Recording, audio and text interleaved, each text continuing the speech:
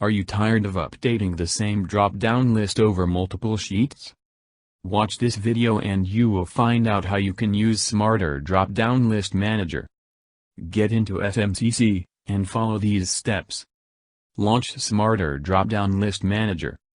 First step, create the configuration sheet that would control all the sheets. All your drop-down list values will be managed using this master sheet. Be careful, the name of the configuration sheet must include the name of the column to populate. Task is the name of the column I am going to populate in this case. Second step, add all the sheets that contain the column you want to populate from here. Do it again and again until you have selected everything. Then start setting the values one by one.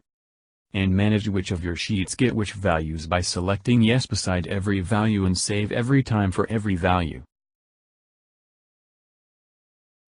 Then finally run the feature. Wait a little bit and here you are.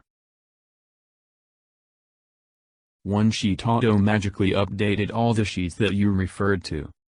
Thank you for watching. Bye.